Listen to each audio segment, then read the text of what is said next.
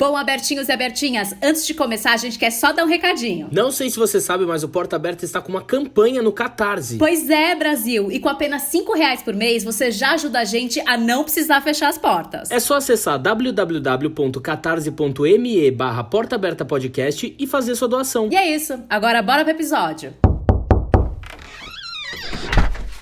Aqui no Porta Aberta a gente vai trocar ideia, informar, dar risada e abrir as portas pro diferente. Com Lucas Romano E Priscila Oliva. Sempre com um convidado novo e um tema de fritar o cérebro. Sejam muito bem-vindos a mais um episódio de Porta Aberta! Olá, abertinhas e abertinhos! Tudo bom com vocês? Tudo certo! Brasil, hoje o podcast está muito especial, com convidadas especialíssimas. E eu quero começar aqui com uma questão, uma coisa pra gente pensar, né? Muita gente acha e sempre achou que as siglas LGBTQIAP+, e religião não andam juntas, que elas são como água e óleo e que elas não se misturam. Então hoje a gente tá aqui para provar o contrário, que a sigla LGBTQIAP+, e religião se mistura sim. Exatamente, hoje duas mulheres transgênero com experiências religiosas diferentes vão bater um papo com a gente sobre a aceitação e o acolhimento na religião. Por favor, recebam a mestra em antropologia Lilith Ster e a professora da rede pública e candidata a vereadora, a reverenda Alexia Salvador. Gente, uma salva de palmas! Bem-vindas, meninas! Bem-vindas! Nossa, que prazer ter vocês aqui com a gente. Ai, obrigada, meus amores, pelo convite, pela oportunidade de vir aqui somar, de conhecer vocês. E é isso aí, tamo junto. Muito obrigada, muito gente. Feliz. É um prazer enorme, reverenda, para estar com você. Eu tô acompanhando você faz um tempo, eu tô tipo, ela é babado mesmo. a gente fez esse match aqui, dá esse match aqui, Lilith. Gostei. Eu queria muito, antes de começar também, eu e a Pri, a gente queria agradecer a presença de vocês duas, porque é muito importante, no momento que a gente tá vivendo, a gente abraçar e respeitar a tudo e a todos. Então ter vocês duas aqui é de uma potência, e a presença de vocês já é uma declaração, uma ode ao amor e ao respeito ao próximo, que esse é o nosso objetivo no programa de hoje, em respeito a todo mundo e a todos. Obrigado de verdade. É um prazer, gente. Bom, então vamos lá. Alexia, vou começar com você, né? Você é uma mulher que rompeu paradigmas históricos, sendo a primeira mulher trans a ser ordenada clériga na América Latina, a primeira mulher trans a entrar no Cadastro Nacional de Adoção. E assim, você sabe que você tá mudando a história, né? Eu falei hoje pro Lucas que a gente tá com uma parte da história do Brasil hoje no Porta Aberta, porque você vai ser sempre lembrada com uma importância enorme para as futuras gerações. Você sente um peso, uma responsabilidade com isso? Conta um pouquinho pra gente desse processo. Ai, Priscila, eu sou muito grata a essa força que eu chamo de Deus, mas que outras pessoas chamam por outros nomes, que é uma responsabilidade grande, mas também é uma alegria poder, em meio a tanta adversidade, desfrutar essa realidade de ser mãe, de ser clériga e de sinalizar que os nossos corpos travestis também podem estar nesses espaços. Esses corpos travestis, caso queiram ser mães, também podem ser mães. E eu tenho duas filhas trans, então isso ganha um sabor mais gostoso ainda, porque hoje eu tenho muito orgulho de falar para as pessoas que a minha família transafetiva também existe. Eu sei que categorizar a família é o ó, mas nesse momento da história, de formação, meio que pedagogicamente, a gente tem que fazer ainda isso. É importante, para poder né? conquistar os nossos direitos, para poder chegar nesses espaços. Então, eu sou muito agradecida, mas também sei que eu não posso errar. Se eu errar em alguma coisa, vão usar o meu corpo travesti para dizer, tá vendo? Eu não falei, não ia dar certo. Então, eu procuro sempre fazer o que eu consigo fazer de melhor em todas as minhas situações, para que, de fato, a história depois possa ter isso como algo realmente que é uma conquista, mas também é um desafio diário de enfrentamento, e a gente busca sempre o diálogo da igualdade. Nós somos todos seres humanos e é isso que importa, Sim. né? Lutar pela igualdade entre as pessoas. Ai, que lindo. Lilith, você é americana e judia. Da onde veio a vontade vontade de estudar as relações entre gênero, sexualidade e o judaísmo, né? Por que você acabou chegando aqui no Brasil? Gente, é a pergunta mais popular que eu recebo. Acho que eu recebo todo dia essa pergunta quando eu interajo com uma pessoa nova. Bom, história bem curta. Eu conheci uma professora da Unicamp, trouxe ela judia, trouxe ela para uma sinagoga lá nos Estados Unidos que eu frequentava, que é uma sinagoga LGBT queer. E ela fala, nossa, isso não existe no Brasil. E eu fiquei, bom, por quê? Ela falou brincando, por que você não vem fazer isso aqui? Vem fazer um mestrado? Eu falei, era um momento que eu tava bem, vamos lá, vamos ver que é possível, né? Por que judaísmo, sexualidade e gênero? Eu sou trans, sou travesti, mas eu transicionei aqui no Brasil, na verdade, eu fiz a transição total aqui. Então, eu sempre incorporava esse corpo queer, que é uma coisa bem mais forte nos Estados Unidos e transgressa as questões de gênero, sexualidade. Eu fiquei sempre curiosa como eu me encaixo no judaísmo, como o judaísmo pode encaixar para mim. Então, essa foi uma coisa que eu comecei a estudar e queria aprofundar e entender um pouco melhor. Entendi. E a busca pela espiritualidade, ela sempre esteve presente na vida de vocês duas? Para mim, sim. Eu sempre tinha... desde eu era muito jovem, eu frequentava a igreja, porque minha mãe gostava de ir na igreja com as amigas dela, sabe? Eu não cresci muito religiosa no judaísmo, né? Minha sua mãe era católica? Não, minha mãe era meio judia, porque a gente tem isso. Você nasce judia, você é judia, ponto. Então ela frequentava a igreja às vezes. E eu sempre fiquei, tipo, eu lia a Bíblia, tentando entender, mas como assim? Por que eu vou no inferno? Sabe? E querendo essa conexão. Eu gosto que a Alexia falou de esse nome, né, de Deus, que a gente... É uma energia, né? Esse espírito, essa sensação. Eu fui sempre buscando isso, né? E hoje eu interpreto de várias maneiras. Foi muito forte para mim, sempre é, sabe? E você, Alexia? Eu desde pequena, eu procurei a igreja com 7 anos, a igreja católica. Meus pais são católicos, mas não são praticantes. A igreja sempre me chamou muito a atenção. Eu apanhei muito na escola, na década de 80 e 90. Então a igreja, principalmente na minha adolescência, era um lugar seguro para eu sair de casa. Eu não apanhava na igreja. Só que com o passar do tempo, eu vou sofrer uma violência muito mais forte que uma agressão física, que é a violência psicológica, ou numa abordagem mais teológica, ou até pentecostal, vou dizer que a gente sofre uma violência espiritual que mexe com a cabeça da gente. E eu sempre senti, desde criança, que tinha alguma coisa para mim nesse universo. E tanto é que com 18 anos eu vou fundar uma comunidade de vida, eu larguei emprego, na época você dá aula de informática, era o top, né? Ainda mais na minha cidadezinha. Eu larguei tudo, a minha mãe falou, você tá louca? Eu falei, mãe, eu era da renovação carismática católica, né? E fundei essa comunidade de vida lá em Mariporã para acolher pessoas em situação de rua. Eu tinha 18 anos, eu larguei tudo. Foi um momento muito lindo da minha vida, que eu conheci aos 18 anos o que é a vulnerabilidade humana dos dependentes químicos, porque esse era o perfil de pessoas que eu ajudava a cuidar. E eu vou deixar aquela casa para ir ao seminário, né? E nisso eu já sabia que eu não era uma pessoa padrão, no sentido que eu não era uma pessoa hétero. Mas nem eu imaginava que eu era trans. E eu fui para o seminário, fiz um ano de propedêutico, prestei vestibular, eu fui fazer filosofia na PUC Campinas. Logo no primeiro ano, voltando de um simpósio com a belíssima Marilena Chauí, e a van passou por um ponto de prostituição. Um menino da Come falou, olha, os traveco. Mas é claro que naquele momento eu não tinha noção de o que era traveco, ou travesti, ou a travesti. Coisa que hoje é ver as minhas garras e me chamar de outra travesti. Mas enfim, quando eu vi aquelas meninas trabalhando, foi muito rápido. Algo dentro de mim falou, você é isso. Eu amei aquilo. Cara, que legal. Eu amei. Uau. Mas ao mesmo tempo que aquilo me encheu os olhos, a minha mente, os meus sentimentos cristãos me acusavam. E era como se eu ouvisse, para mim naquele momento era Deus falando comigo, que não, que era abominável, que era pecado. Eu entrei numa metanoia, eu entrei num processo louco, eu deixei o seminário. E eu cheguei no meu bispo e falei, olha, Dom Bruno, falecido Dom Bruno Gamberini, eu falei assim, eu vou deixar o seminário porque eu quero ser feliz. E eu não quero ser mais um motivo de vergonha para a igreja.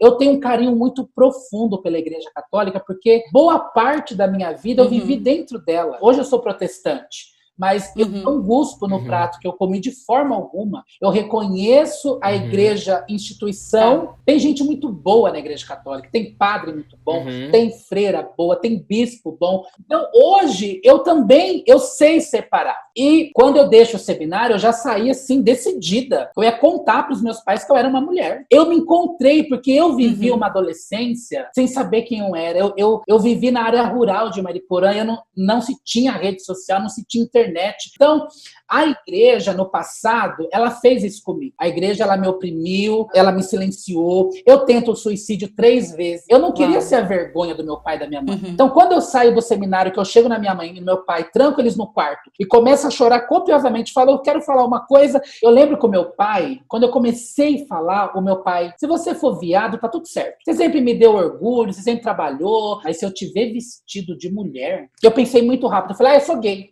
Ele ficou tão bravo. Quando ele saiu, pegou o carro e saiu andar, eu falei, mãe, eu não sou gay. Mãe, eu sou uma mulher. A minha mãe falou assim, quer saber de uma coisa? Eu sempre vi isso. Eu só não queria falar, eu não queria pensar. Desde criança eu vejo isso. Eu sei que você não está escolhendo ser isso. Você é isso. Então, eu tive da minha mãe ali uma coisa que eu nunca imaginei na minha vida. Mas hoje, que o tempo passou, foi maravilhoso o que o meu pai fez. Porque eu pude me preparar. Aí eu fui fazer letras, fui fazer pedagogia, fui trabalhar mais, fui ver o mundo e fui me entendendo. Então, a igreja, quando eu conheço a ICM, né, para ser uma liderança religiosa, coisa que no passado a igreja falou, não, é abominável, eu chego numa igreja e escuto. Deus te fez assim, não tem nada de errado com você. É muito louco, gente, é muito louco. Muito acolhedor, né? E isso relaciona com a importância, eu acho, de ver, porque lembrando da primeira mulher trans judia que eu vi, uma mulher que era ortodoxo, conservadora, visitou a sinagoga que eu frequentava, e ela, o nome dela é Yiska Smith. E de ver uma mulher trans, uma coisa que eu não tinha as palavras, eu nunca conheci uma pessoa trans, mas de entender, não, mas é possível, é tudo bem, sabe? É muito importante, eu acho muito valoroso também de ver uma reverenda trans, sabe? É por isso eu fico eu sou meio fangirl, sabe? Esse momento de... Eu acho religião, tipo, tem muito crítica de religião, eu entendo super, sabe? Eu tenho amigas que nada a ver com cristianismo, nada a ver com católico, tipo, fica longe, né? Porém, eu acho que a religião dá esse senso de recolhimento, que poderia ser reivindicada, como você tá reivindicando agora. Só queria responder isso, porque eu acho bafo, E também, como é tudo bem ser viado, quando a gente travesti, acabou. Horroroso. Exatamente. Hoje o meu pai também se transicionou, porque a transição não é só a pessoa que faz. O meu marido, quando eu falei pra ele que eu era uma mulher que eu não estava aguentando mais, porque eu ia morrer, ele falou pra mim assim, eu não vou te deixar. Porque o que as outras travestis falavam pra mim era isso, ele vai te deixar. Eu tinha que respirar, e quando eu ouvi do meu marido que ele falou assim, eu não vou te abandonar, e a frase, que pra mim vai ser a frase eterna, o que eu vou fazer com o amor que eu sinto por você? Onde eu vou enfiar isso? Que lindo. Né? Então, ele também fez uma transição. Que demais. Sim. E é doido isso, né? Porque o que era apresentado pra você como algo comum era o abandono. Então, você se deparar com alguém que te traz amor, acaba sendo algo inusitado, né? Mas por que não pode existir uma exceção pra abrir novas portas, né? Você se sentia, às vezes, Alexia, como uma exceção? Claro. Olha aí, gente, eu tenho 2 metros de altura.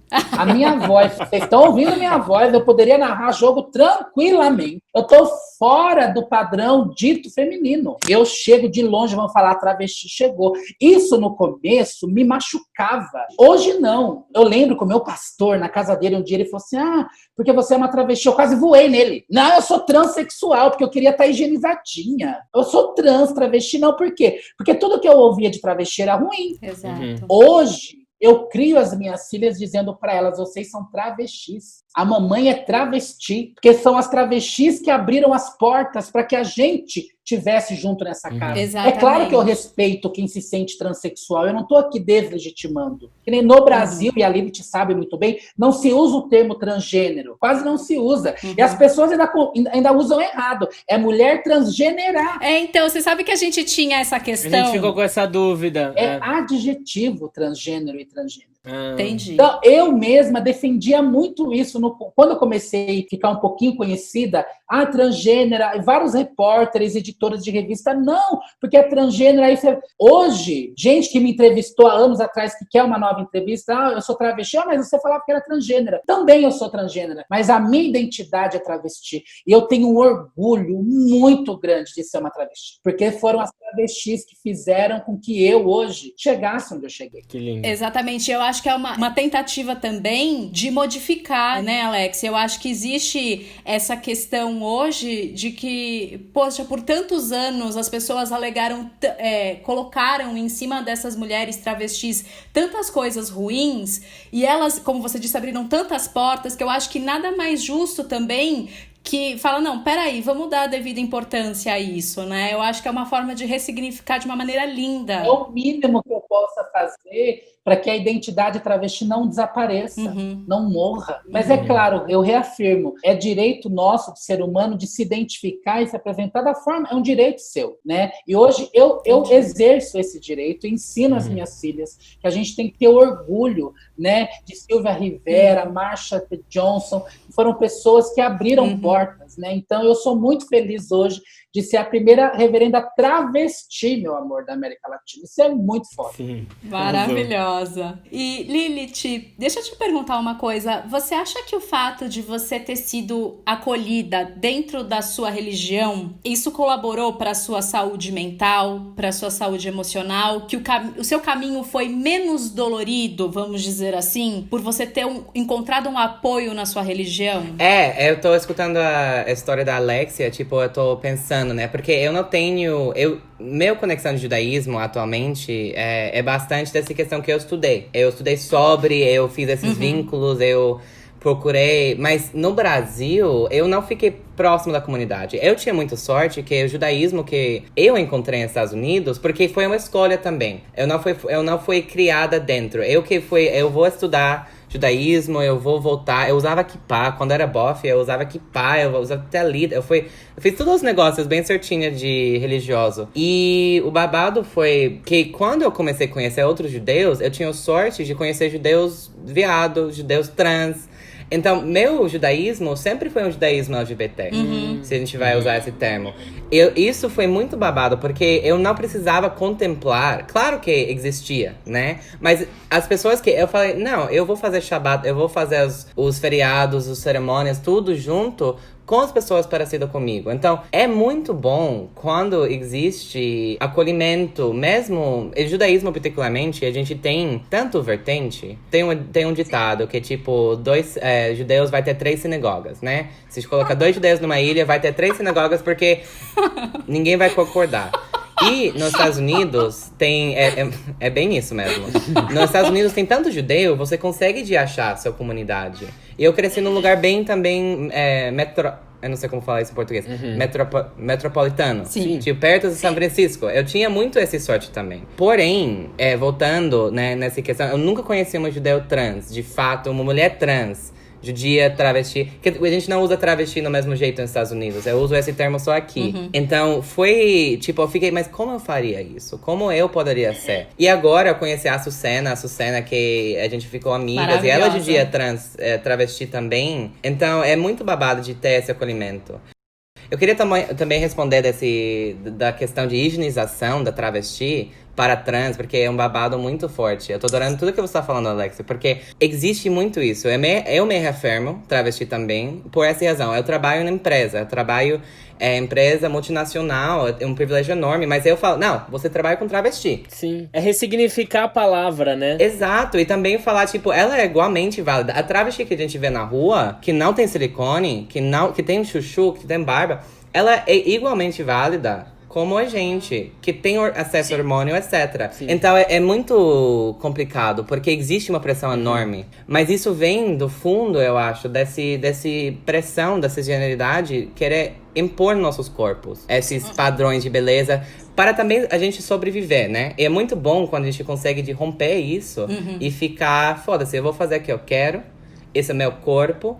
E é raro ver isso. Isso tem que ser celebrado mais, sabe? É isso, gente. Arrasou. É sobre isso, né? Eu queria aproveitar que vocês falaram sobre ser travesti pra perguntar em que momento exatamente vocês perceberam que sim, eu posso ser da maneira que eu sou e ainda assim caminhar com a minha religião. Olha, comigo foi em 2013, né? Porque eu faço a transição 2 anos depois de estar na Igreja da Comunidade Metropolitana, a ICM, mas até então eu sou transexual. Quando eu consigo me libertar daquilo que me oprimia, que eu consigo me perceber que a minha identidade, ela é uma identidade marginal, porque ser travesti é ser marginal. Por mais privilégios que uma travesti possa ter, ela continua sendo marginal para a sociedade. Diariamente eu tenho que lutar contra essas situações. Então, quando eu consigo olhar no espelho e falar que eu sou uma travesti. Então, para mim, foi um marco da minha vida. Foi quando eu senti que a minha saúde melhorou, que o meu corpo melhorou, tudo melhorou,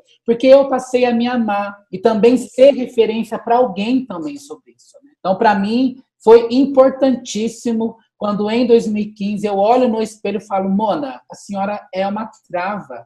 Aceita que dói menos. E posso continuar na minha religião, né? Sim, porque a religião me propiciou me encontrar, me descobrir, né? A igreja, aquele espaço até então inclusivo, porque a ICM também caminha na nossa declaração de fé. Temos um trecho que diz assim que nós somos apenas mais um capítulo do cristianismo. Nós não temos a pretensão de mudar o cristianismo. Somos mais um capítulo, uma releitura, uma nova forma, que talvez não é nem nova, que é o cristianismo genuíno, primitivo das primeiras comunidades. Então, a igreja faz a gente perceber e reafirmar. Hoje, a gente nem fala mais igreja inclusiva, porque a igreja inclusiva é tão redundante que toda igreja deveria ser inclusiva. Sim, exatamente. Hoje, a gente entende que a Ruá de Deus nos leva a dizer que nós somos uma igreja afirmativa das nossas identidades e das nossas sexualidades, né? Que ultrapassa o binarismo, que ultrapassa o LGBTQIPA+, mas que nós somos seres humanos, porque Deus não cria homem e mulher. É isso que é louco na teologia queer. Deus não criou nada de homem e mulher, Deus cria pessoas. Que lindo. Homem e mulher são papéis sociais construídos. E por criar pessoas, é que a gente é livre, né? O prólogo de João, no capítulo 1, diz que o verbo de Deus se fez carne e habitou entre nós. A teologia queer me ensina a ler que o verbo de Deus se travestiu de homem e habitou no meio de nós. Meu, isso é muito libertador. Exato. É libertador entender que Deus cria pessoas livres, pessoas diversas, e que a diversidade não é uma ameaça. Ao contrário, a diversidade é a expressão máxima da presença dessa força que eu chamo de Deus e que outras pessoas vão chamar por outros nomes. Lindo. Lindo. Nossa, até me emocionei aqui. E você, Lilith? Eu tinha uma dificuldade de entender. Eu comecei, né, com as questões de faz mais sentido eu ser mulher. Não faz sentido eu virar homem. Eu tinha problemas de aceitar a puberdade. Acho que uma história um pouco recorrente nas questões da travestilidade, trans, etc. Mas eu entendi isso como eu era gay, eu era viado, eu gostava de homem, etc. Então, eu sempre preocupava buscar, eu usava a Torá, a Bíblia, né, para entender tudo bem ser isso, e tinha muito contra, né? E eu fui nisso, foi isso, eu fiquei só aceitando, mas eu sempre fiquei com essa coisa que a Alexia até falou, no sentido de, tipo, Deus que criou tudo. E eu não acredito num Deus masculino, eu acredito num Deus feminina. Uma deusa, né? Que isso existe no judaísmo, Shekinah, que é uma interpretação de Deus no jeito feminino. Quando eu fui aprofundando nos estudos, eu descobri que tem 6 a 8 gêneros já entendida pelo judaísmo. Na Mishnah, no Talmud, que são nossos livros que a gente tem em conjunção com a Torá. E isso me deixou com eu fiquei, gente, mas eu tô contemplada. E com isso, foi desenvolvendo mais e mais, assim, mas se Deus criou isso, e se a gente não tem pecado pior do que outro, e se eu não vou para o inferno, tudo é válido. Eu falei numa outra fala que eu fiz, que temos de interpretar, eu tô nessa vertente de judaísmo. Meu judaísmo é meu judaísmo e ponto. Eu acho que vem também que a gente nasce muitas vezes judeu. Minha mãe era judia, a mãe dela é judia, então eu sou judia. Então isso já dá um pouco de afirmação, tipo, bom, eu sou judia e ponto. Tipo, eu vou me encaixar aqui, mesmo se religiosamente eu não consigo de entender. Eu sou judia de etnia, etc., de cultura. Então, foi um momento de reivindicação, de tipo, eu posso fazer tudo e interpretar no jeito que faz sentido. Se faz sentido, é certo. Isso foi de reivindicar minha identidade judaica e, tipo, me afirmar. Sim, eu sou judia, sou travesti, sou trans, e eu tô aqui, gente.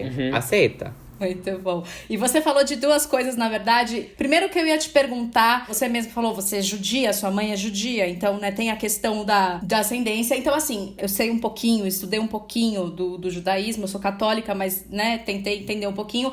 Ele era uma religião, o judaísmo antigamente era uma religião patrilinear, e com o tempo ela passou a ser matrilinear, muito por conta das guerras e tudo mais. E aí eu vou fazer duas perguntas em uma, tá? Se você acredita que até por isso, por ela ter tido essa mudança de passar de uma religião patrilinear para uma religião matrilinear, se você acha que o judaísmo é uma religião mais aberta a mudanças, e se existe na Torá ou no Talmud algum texto, alguma passagem que diga alguma coisa contra as pessoas trans. Bom, tu trouxe uma bombinha.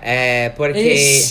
Vixe, gente, vamos lá. E eu vou falar por cima, porque eu não sou tão profunda nisso, eu só baseado nas coisas que eu li. Historicamente, judeus na Europa, porque se a gente vai pensar sobre a vivência de judeu europeu, tinha muito guerra, como você falou, tinha muita opressão. A gente não era parte dos europeus, né? Antissemitismo e tudo. E tem umas teorias que virou matrilinear para manter a comunidade crescendo, porque aconteceu muito estupro, aconteceu muitas outras coisas. Então, pelo menos a gente conseguiu de manter nossa comunidade, porque sempre era em risco de exterminação. Questão de matrilinear também é questionada, por exemplo, hoje em dia. Por que se meu pai é judeu, eu não posso ser judia, por exemplo? Eu tenho de me converter. Tem vertente de judaísmo que precisa que você se converte. Eu não acredito nisso. Eu acho errado, mas é isso. Eu acho que a questão de judaísmo e gênero e de ser matrilinear, eu não sei, porque existe muito machismo no judaísmo, é muito sexismo também. Então, tipo, mesmo que a gente é poderosa, a gente, como mulheres no judaísmo, a gente sempre ocupa um espaço da outra. Porque, historicamente, os judeus não era visto como homens, os judeus na Europa, por causa de um monte de questões antissemitas, não pode trabalhar com terra, precisava só trabalhar com usuria, que é de dinheiro. Então, o judeu era visto como... Tem uma teoria bem interessante, teoria queer e a questão judaica, é um livro bem bacana que fala sobre isso, de como o judeu era visto como mulher, então a mulher judia, ela era vista como um outro, nem um homem, mas um outro. Então, a gente sempre era mulheres muito fortes. Até existia também um estereótipo da Belle Juive, que é uma coisa que eu estudo. Que a gente era hipersexual também. Quase como se fosse uma bruxa, vamos dizer assim. Eu gosto de pensar assim. Mas, por exemplo, Salomé, ela é um exemplo da Belle Juive. Então, tem um monte de coisa muito doido que existia em volta do judaísmo, dos judeus da Europa, que influenciou, no meu ver, como a gente interpreta gênero. Então, a questão de se a gente é muito aberto de mudança, eu acho que vem mais da questão que a gente sempre foi um outro. Por exemplo, nos Estados Unidos, os judeus eram muito vinculados, parte do judaísmo era muito vinculado com o Civil Rights Movement, o movimento de direitos humanos. Então, eu acho que isso vem bastante da questão que a gente nunca ocupava um espaço de poder de fato, sabe? E essa foi a segunda pergunta que você bolou, desculpa. Não, que era se existe alguma passagem, algum texto na Torá ou no Talmud que diga alguma coisa contra uma pessoa transgênera, por exemplo. Então, eu fiz uma fala com uma rabina lésbica recentemente, e ela falou... Porque eu perguntei isso. Eu fiquei, bom, você é bem estudada, eu quero entender essa sua perspectiva. Existe uma coisa contra? E ela falou que até existe nossa, traduzindo tudo isso para português, gente. Deuteronomia que se fala? Tu sabe, reverenda? Deuteronômio, não é? Isso, exatamente. Eu nunca falo sobre isso em português, então você vai ver meu gringuice chegar. Porém, fala sobre não vestir-se de mulher. E tem uma rabina trans que falou sobre isso. Que ela leu essa passagem, o nome dela é Joy Ladin. Ela foi a primeira rabina trans do movimento reformista. E ela fala sobre essa passagem de essa questão de enganar, né? Ela tomou nessa perspectiva de enganação. E ela ficou batendo, mas como eu posso enganar se eu sou mulher mesmo? Exato, eu ia chegar nisso e falar assim, mas você é mulher, então, né? eu acho que é a questão de interpretação. Então, existe isso, né? Mas tudo é baseado na interpretação, no meu ver. E a reverenda vai saber muito melhor que eu nessas questões. Mas como eu entendo o judaísmo e qualquer livro religioso que vai falar coisas, a gente vai olhar isso. Por que a gente não pode interpretar também a coisa que já é óbvio, nem nenhuma interpretação. Então, essa é a parte que eu lembro que sabe disso. Mas, no mesmo tempo, existe relatos de 6 a 8 gêneros, a 10 gêneros até, outros gêneros, que são existindo faz milênio, faz muito tempo. É o que faz sentido pra você, né? O que faz sentido pra gente, né? Exato. Reverenda, eu queria te perguntar como é que funciona a ICM, a Igreja da Comunidade Metropolitana? Conta pra gente. Então, a Metropolitan Community Church foi fundada em 68, em Los Angeles, pela até pastor batista Troy Perry. Era um homem casado com uma mulher que vivia o seu conflito de sexualidade. E ele reúne na sala da casa dele, em 68, 12 discípulos e discípulas. Mas não somente LGBTQIA+. Ele reuniu pessoas negras. O negro e a negra não entrava na igreja do branco nos Estados Unidos em 68. Então, ele vai reunir a mãe solteira, LGBT, justamente para criar esse início da igreja. Hoje a igreja está presente em mais de 33 países do mundo. A igreja traz como grandes personagens travestis e trans a Marsha P. Johnson, que eu já tinha citado. Ah, ela era da igreja? O movimento LGBT apaga isso sempre. Existe isso, esse apagamento. Mas a Marsha, ela se batizou na MCC, na ICM. A Silvia foi a primeira diaconisa trans. Tem um documentário na Netflix, da morte e vida da Marsha. Até trazem um pouco da Silvia ali, mas não contam isso. A bispa que segurou as mãos da Silvia, que é a reverenda Patty Bumgarner, é viva, é a pastora de Nova York até hoje. Segura as mãos de Silvia e ela pede para a bispa, não deixa esse lugar fechar, que é a casa de acolhimento, né? O sonho de Silvia, o lugar de Silvia. Então, a ICM é uma igreja que hoje está numa terceira liderança feita por uma lésbica. É a única igreja cristã do mundo liderada por uma mulher e lésbica. Ela é a pioneira no casamento LGBT. A primeira marcha do orgulho LGBT, ela nasce dentro de um salão da ICM, né? Hoje o nosso reverendo Troy Perry, que é o nosso fundador, que eu tive a graça de conhecer ele em Cuba. Eu fui 3 vezes a Cuba a convite do governo cubano, por conta de ser uma igreja conhecida no mundo todo como Igreja dos Direitos Humanos. A nossa segunda moderadora mulher era conselheira de fé do Obama. Gente! No Brasil, a ICM ainda não é tão conhecida como a gente gostaria, porque nós somos uma igreja que não faz teologia da prosperidade. Eu não tenho salário de pastora, gente.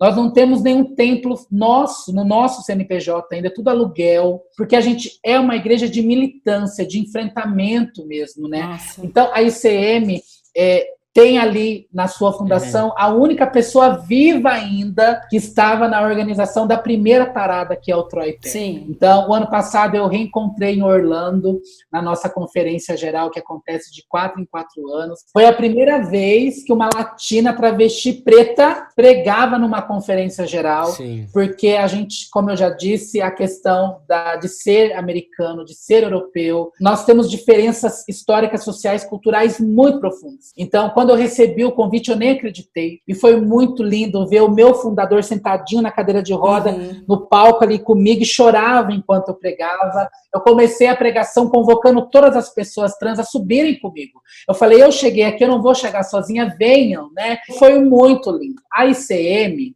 ela tem esse caráter militante. Nós entendemos que o verdadeiro cristianismo, ele não acontece dentro da igreja na hora do culto. Ele acontece nos guetos, nas boates, nos enfrentamentos sociais, né? De ser LGBT não é só isso. é de lutar mesmo por comida, por cidadania, por moradia. Uhum. Em São Paulo, hoje, nós estamos na Vieira de Carvalho. Eu não conheço o novo espaço ainda, porque nós mudamos, a pandemia começou. E justamente por isso, né, a gente acredita que quanto mais no fervo, quanto mais no epicentro da ferventão, mais de Deus a gente encontra.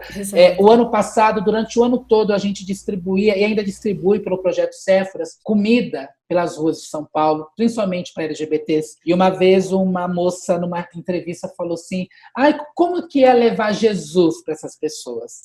Eu falei, meu amor, eu não levo Jesus, eu encontro Jesus nessas pessoas. Eles não precisam de Jesus. É eu que preciso deles, eu que encontro Jesus nesses corpos, com esse odor que ninguém quer, né? Então, para nós, quanto mais viado, quanto mais afeminado, quanto mais travesti, e as drag queens são a alma da igreja, que nos mantém ali firmes. Então, a ICM é tida com outras igrejas inclusivas, como Igreja da Promiscuidade, mas ser travesti não é pecado, meu. Ser LGBT não é pecado. Então, o conceito de pecado é muito caro. Enquanto a gente não desconstruir o conceito de pecado dentro do cristianismo, a gente não avança. Hoje eu me sinto feliz de participar em coletivos progressistas que são de igrejas tradicionais. Tem hora que eu não acredito que eu faço parte da EIG, que são evangélicas pela igualdade de gênero, eu sou a única trava no meio, né? Em 2018, gente, teve o ato na Paulista, que quando me mandaram o e-mail me convidando, eu soltei um palavrão na hora que eu li o e-mail, porque no convite estava lá que ia ter um ato contra o Bolsonaro e que muitas igrejas tradicionais estariam e que eu estava sendo convidado. Falei, não é verdade. Eu nem respondi o e-mail. Você achou que era pegadinha? Achei que era pegadinha do Faustão. Quando eu vi depois lá, que o menino me mandou um WhatsApp, ele falou, não, pastora, eu ainda não era reverenda. Não, pastora, é verdade. A gente quer a senhora com o microfone na mão. Gente, eu quase caí dura. Foi algo histórico. Ou seja, muita gente não foi, porque eu ia, as redes bombaram, vocês não têm ideia. Se eu ganhasse 1 centavo por cada clique no meu nome, eu tava bilhardária já. Gente, teve gente que não foi porque eu ia, mas teve muita gente que foi para me ver também. É isso que vale. Então, assim, eu tô muito feliz de estar hoje conseguindo furar algumas bolhas que até então ninguém tinha furado. E não é mérito meu não, gente, é graça de Deus, é graça. Nesse meu lugar de cristã, eu não consigo entender de outra forma, porque eu sou uma pessoa horrorosa, gente. Eu tenho um poço de defeitos. Mas todo né? mundo. Eu sou imperfeito. Todo mundo. Então, quando eu vejo coisas acontecendo na minha vida, eu só posso entender que é muito amor de Deus. É muito amor de Deus. Não porque eu sou privilegiada, porque eu fui escolhida, não. É porque Deus é foda mesmo, entendeu? Ele é a mona, ele é o cara. E é sabe? isso que importa. Que, assim, é bem aquilo que o texto de Paulo vai dizer. Ele usa dos loucos para confundir os sábios. Então, quando eu vejo avançando nesses diálogos, adentrando esses espaços, eu agradeço muito a Deus. E é bem naquilo que vocês falavam no início aqui. A responsabilidade que é permear esse caminho. Porque o cristianismo, gente, é muito espinhoso.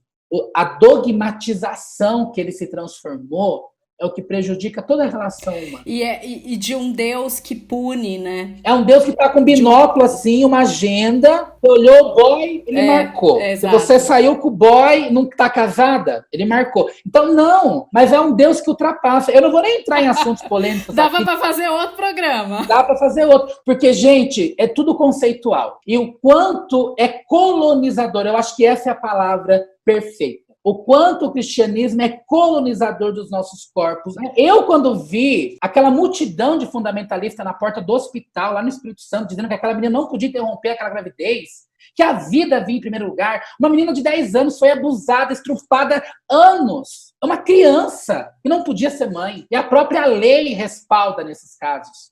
Aí você vai falar, reverenda, você é a favor do aborto? Não, eu sou a favor da liberdade da mulher. Que ela tem direito de ela decidir o que ela vai fazer. Exato. Então, isso também me incomoda muito.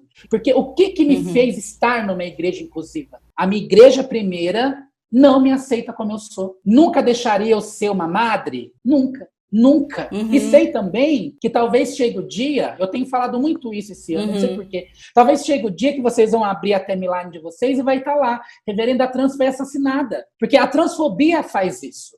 Eu converso muito com a minha mãe, com meu pai, com meu marido, com os meus filhos. A mamãe, em algum momento, eu já preparo os meus filhos. Porque eu não volto pro armário. E a única coisa que eu consigo fazer ainda é gritar, é escrever, é publicar, e eu vou continuar gritando, né? Que Deus não é monopólio de ninguém, e que LGBT, pessoa negra, indígena, povos primários, pessoas com deficiência, essas pessoas vão entrar primeiro nesse reino de Deus, mas não nesse céu chato, que o povo só vai ficar rezando. Não, porque céu e inferno é um estado de espírito. Eu conheço pessoas que estão no inferno vivas. E já conheci pessoas que me apresentaram o céu. O céu, sabe? Que é o gozo, que é a alegria de você partilhar uma xícara de café, de você partilhar até uma cerveja. E você não quer ir embora daquele lugar porque aquela pessoa te faz bem. Isso é o céu. Isso é o paraíso. Nossa, eu já me arrepiei, eu chorei. Fala, Lilith. Bom, falo bastante coisa, mas eu queria responder uma das coisas que você falou sobre a morte. Que eu acho, eu refleti nisso nesses dias. De aceitar a nossa própria morte, sendo travesti, não importa o privilégio que talvez você carrega, você sempre vai acontecer. E o outro ponto que eu queria relacionar da sua igreja, eu não fiz a conta, mas quando as primeiras sinagogas LGBT foi fundada, as pessoas judeus que eram LGBT frequentavam esse espaço para ter um espaço para conversar. E isso foi fundamental na fundação das primeiras sinagogas LGBT, sua igreja. Então eu fiz esse vínculo no início, eu fiquei, nossa, é verdade. Então realmente temos esse vínculo LGBT religiosa que ultrapassa as religiões, né? É muito importante que a gente reúne para ter essa mudança, né? Para lutar contra essa questão colonizador que a reverenda falou. Porque realmente é muito colonizador. É como criar um fé sem essa colonização, né? Nossa. Eu só queria fechar esse assunto. Na minha ordenação, que foi esse ano, dia 26 de janeiro, eu escolhi 26 de janeiro por conta do mês da visibilidade trans. Eu fiz questão de convidar várias religiões. E não foi para fazer foto porque a imprensa estava presente. Foi porque, de fato, a ICM me ensinou isso. Então, tinha pai de santo, mãe de santo, né? Os Babalorixá e Yalorixá. Tinha gente do Islã, tinha gente budista, tinha gente de muito da Wicca, agnóstica, e todo mundo no altar. Eu fiz questão de, previamente, pegar nome por nome. Essas pessoas tiveram destaque, ficaram comigo. Porque na ICM, a mesa da comunhão, que é o grande divisor de quem é santo, quem é pecado, né? Quem pode comungar, quem não pode, é uma mesa aberta. Foi isso que me cativou na ICM. Então, qualquer pessoa que chega no culto pode ir lá e comungar. Então, não precisa ser membro. Porque a gente entende que aquela mesa não é nossa, é de Jesus Cristo, é dos povos. E eu quis que todo mundo impusesse a mão sobre mim. Eu pedi para a minha denominação, porque nós temos um bispo trans no mundo apenas. A própria ICM. Nós temos na história da igreja um homem trans que chegou ao bispado. Homem trans. Mulher trans, não temos nenhuma bispa ainda. E eu pedi que ele viesse da Alemanha, um brancão do olho azul, lindo. E eu queria que uma mão trans me ordenasse, um corpo trans. E graças a Deus, foi um movimento nos Estados Unidos, comprar as passagens dele e ele veio. Chegou na hora, eu olhei para aquele monte de gente, representante religioso, e falei, não, todo mundo vai impor as mãos sobre mim. Então foi todo mundo dizendo sim, a gente confirma o chamado dela. Então, viver o ecumenismo, o diálogo interreligioso, ainda é um desafio, mas é a única forma, de fato, da gente entender quando o Estado é laico de fato e quando ele não é. Quando o Estado é laico de fato, de direito, sim, a liberdade religiosa acontece. Uau. Com certeza. Ai, gente, estou amando. Muito bom. Lilith, eu tenho uma dúvida. Eu assisti, inclusive, a live que você fez na Webinares, que você participou junto com a Sucena. Até eu me emocionei bastante quando ela falou, né, que foi muito importante para ela o dia que ela pôde acender as velas do Menorá num Shabat. E você fala sempre dessa sinagoga LGBT+, que você frequentava na Califórnia. Eu queria entender se eles, nessa sinagoga, se eles respeitavam, obedeciam o gênero da pessoa dentro dos rituais, e se existe, por exemplo, uma sinagoga como essa aqui no Brasil. Então, existe, como eu falei, existe essas vertentes de judaísmo que segue umas linhas de gênero muito forte. Tem sinagoga que separa completamente homem e mulher rezando, né? A mikvah, que é banho cerimonial, é separado, um monte de coisa separado e definida por gênero. Tem um movimento de judaísmo que é movimentando para esse egalitarianismo, em que todo mundo pode fazer qualquer coisa, né? É uma contradição, porque no mesmo tempo a gente celebra os aspectos de gênero, né? A gente também livra das necessidades deles impor alguma restrição nos nossos corpos, né? Então, tipo, eu, por exemplo, adoro o fato de ter essa energia feminina e acender as velas. Mas, no mesmo tempo, eu tenho um amigo que é transmasculino que ele acende as velas. Então, nessa questão, eu acho muito lindo de celebrar os dois e deixar todo mundo faz o que precisa fazer. Tem algumas sinagogas aqui que são egalitarianismo. Tem vários reformistas aqui em São Paulo, particularmente, e também em Recife. Tem uma sinagoga bem bacana. Então, existe sim. E tem muito mais abertura no judaísmo. E tá movimentando. Eu faço parte de uma comissão de judeus LGBT, feito pelo FICESP, que é uma organização no São Paulo. Então, ver esse movimento, que um ano atrás não tinha. Ver esse movimento é muito lindo, de afirmando esses nossos corpos. E ver eu e a Sucena como parte dessa comissão, corpos travestis, judeus, ajudando a criar esse espaço, né? Então, é um babado, assim. E conta então a história da Lilith, que eu acho tão linda, que é um nome tão poderoso. Quando eu queria mudar meu nome, queria um nome judaica. Porque eu queria reformar esse vínculo, eu queria também... Eu sentiu bem, sabe? Sentiu uma coisa... Tá, eu vou fazer isso. Então eu fui procurando nomes judaicas e eu já ouvi sobre a Lilith, né? E eu decidi a Lilith porque ela é uma mulher tão poderosa. E eu vejo muito vínculo entre a travestilidade e a Lilith, porque ela é feita da mesma lama do Adão. E não que o lama masculino, porém essa questão de ser uma mulher feita da mesma, a primeira mulher. Então, ela é amada, né? Porque eles querem que ela volte para o jardim de Éden. No mesmo tempo, ela é odiada e vira um demônio. E eu vejo muito vínculo com essa questão, que a gente, como travesti, é amada e demônia. E a questão de Esther, ela é uma mulher tão poderosa no judaísmo, a gente tem um feriado com ela chamado Purim, que ela salvou o povo judaico da Pérsia, da Irã. Então, conectar esses dois nomes, de alguém que é odiada e alguém que é amada, eu vi muito esse paradoxo. Eu gostei também. Sim. Mas foi uma escolha assim. E eu testei, eu falei, será que eu gosto? Vamos testando. E é engraçado porque no Brasil é Lilith. E nos Estados Unidos é Lilith. Então muda. Eu não sei que é meu nome em inglês. Minha mãe me chama de Lili. Lili, vem aqui, sabe? Então, como é escuto, é diferente toda vez. Ai, muito legal. Muito bom. Meninas, a gente tem aqui hoje duas mulheres de religiões diferentes, né? O que a gente pode tirar de lição com esse episódio para quem tá ouvindo? E a fé é um direito inegociável a toda e qualquer pessoa humana, que pessoas LGBTQIA+, também são filhas dessa força superior, dessa energia do universo, de Deus, de Jesus, de Alá e assim por diante. E que a gente não deve jamais permitir que nenhum hipócrita grite mais alto que a gente. Arrasou. Eu acho que a gente tem o direito, como com a Alexia falou, a gente tem o direito de nossa cultura, de nossa fé, vai adaptar para nós. A gente não precisa adaptar nossas experiências para essa fé, para essa cultura. Que a gente, a coisa mais importante, eu acho, é que nunca pode tirar isso. Porque eu sou judia, vai tirar isso de mim como? Alexia é cristã, ponto. Como vai tirar isso dela? Porque a gente é. Eu acho muito interessante quando a gente fala, mas você está como... Não, a gente é. E ponto. Então, não podemos aceitar mais sua tolerância, né? A gente precisa de aceitação e celebração. E se não, a gente vai criar nossa própria comunidade. Sim. Porque, meu amor, a gente é muito poderosa por isso, sabe? Sim. Então, esse é meu ver de que a gente pode tomar de hoje. Arrasou, é isso. Nossa. Gente, seguinte... a gente tem um quadro aqui no nosso podcast onde a gente abre a porta para alguém, para alguma coisa, para alguma situação, para o que o seu coração estiver falando com você nesse momento.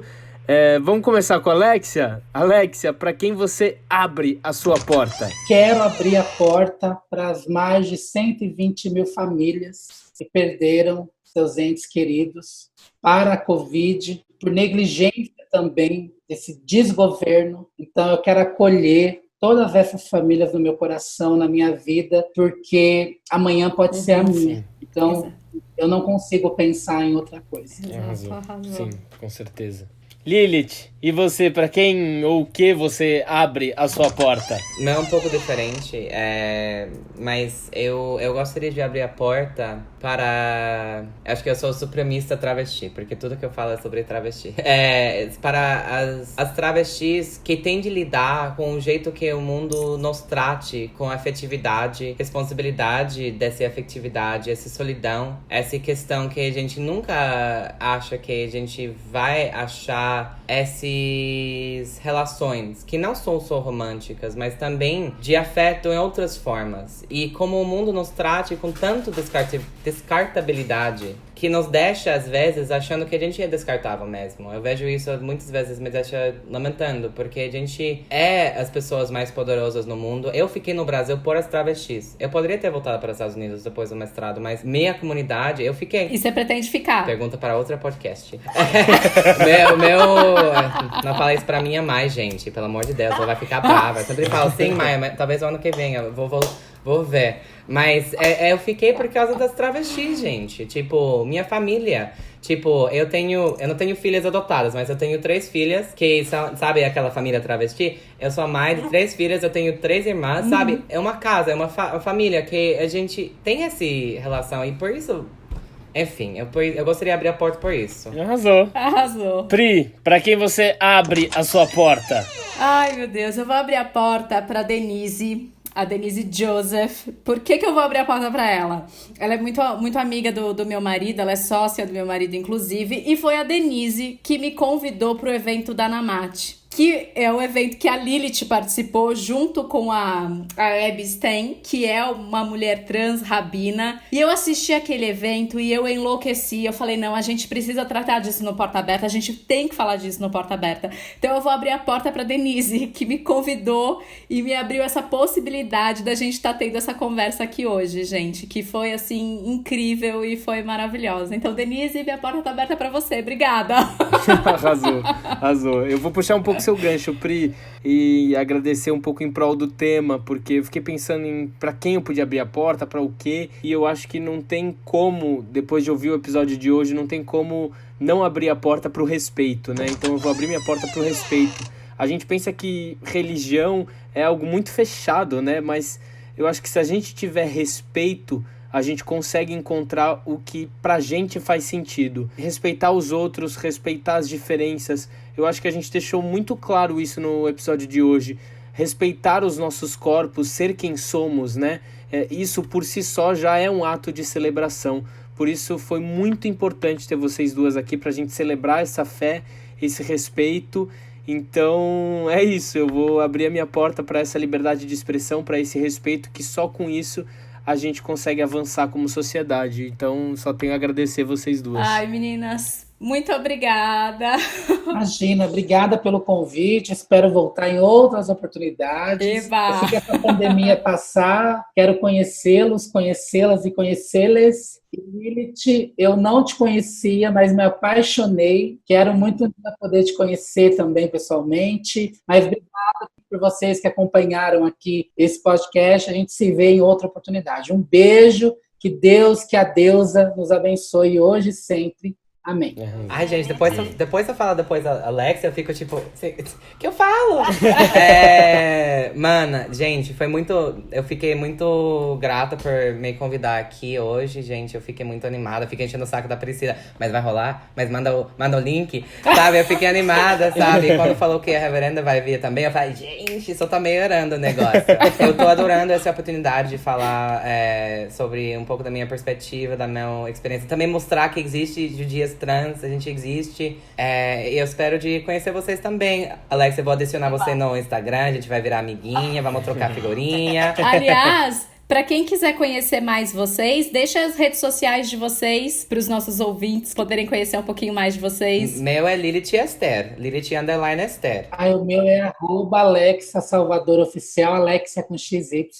E Facebook, Instagram e no Twitter é Alexia Salvador. Tá? Espero vocês lá. Arrasaram. E pra vocês que estão nos ouvindo, toda segunda estaremos aqui pra bater um papo. Dúvidas, sugestões, críticas, elogios, gente, manda pra nós lá, @Porta Aberta Podcast. É isso. E bom, pra finalizar aqui, gente, religião é o outro, é o amor. Então é isso que a gente tem pra tirar do episódio de hoje.